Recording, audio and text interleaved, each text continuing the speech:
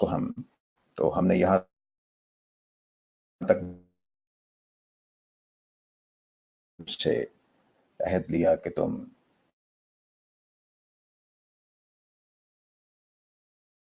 اس کے بعد اللہ تعالیٰ نے ہمیں بتایا کہ ہم خلیفہ ہیں، اور خلیفہ ہونے کے معنی کیا ہیں وہ اللہ تعالیٰ نے واضح کر دی ہے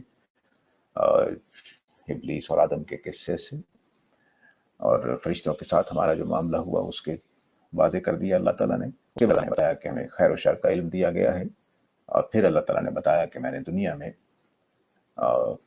تمہیں بھیجا تاکہ تم امتحان دینے کے لیے بھیجے جا رہے ہو۔ تو امتحان جو ہے وہ جو اللہ تعالیٰ نے ہمیں ڈالا، اس کے اندر جو بھی مشکلیں آئیں گی اس کے لیے ہمیں پوری طرح سے اللہ تعالیٰ نے تیار کیا۔ اس تیاری کے لیے جو چیزیں کی گئیں وہ آج ہم دیکھیں گے۔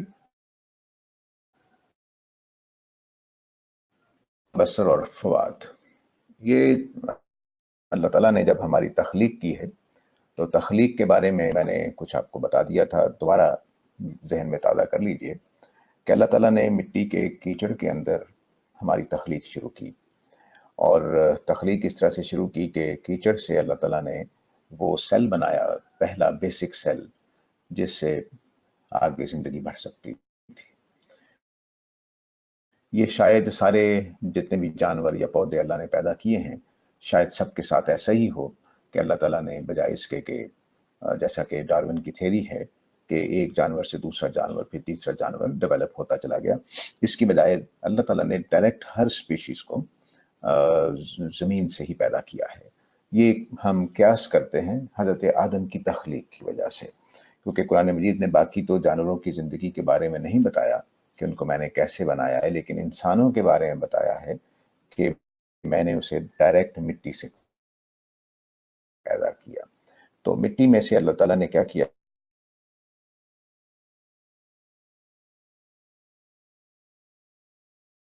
کہ بدبودار گلا سڑا کیچڑ تھا، اس کے اندر سے میں نے مٹی کا ایسنس نکالا، یعنی وہ کیمیکلز الگ کر دیے جس کے ذریعے سے اللہ تعالیٰ نے پہلا ہمارا سیل بنایا۔ اس سیل کو اللہ تعالیٰ نے نطفے کا نام دیا ہے۔ نطفہ وہ میٹیریل ہے جو ہمارے سپرم میں ہوتا ہے، یعنی ایک لیونگ سیل۔ اس لیونگ سیل کے اندر گرو کرنے کی صلاحیت ہوتی ہے۔ مدر کے ووم میں ایک بیبی ڈیولپ ہوتا ہے، اسی طرح وہ کیچڑ کے اندر ہی ڈیولپ ہوا۔ غالباً اللہ تعالیٰ نے بتایا ہے کہ اس کے اوپر سخت مٹی آ گئی خشک ہونے سے، تو وہ محفوظ بھی اندر ہو گیا۔ تو اس اوپر سے ایک کرسٹو تھا، اس کے اندر کیچڑ کے اندر پہلے انسان بننے لگا۔ یہ آپ لوگوں نے جو بایولوجی کچھ پڑھے ہوں گے ان کو معلوم ہوگا کہ سیل اس طرح سے ہوتا ہے، تو جب وہ ڈویژن کے پروسیس میں گزرتا ہے تو درمیان میں سے ایسے ہو جاتا ہے اور پھر دو بن جاتے ہیں، 2 سے 4، 4 سے 8، اس طرح۔ اب جب حضرت آدم اور حوا کا معاملہ ہے تو پہلے دونوں جب پہلا سیل جو بنایا گیا اس کیچڑ کے اندر، تو اس کے اندر یہ پروسیس شروع ہوا۔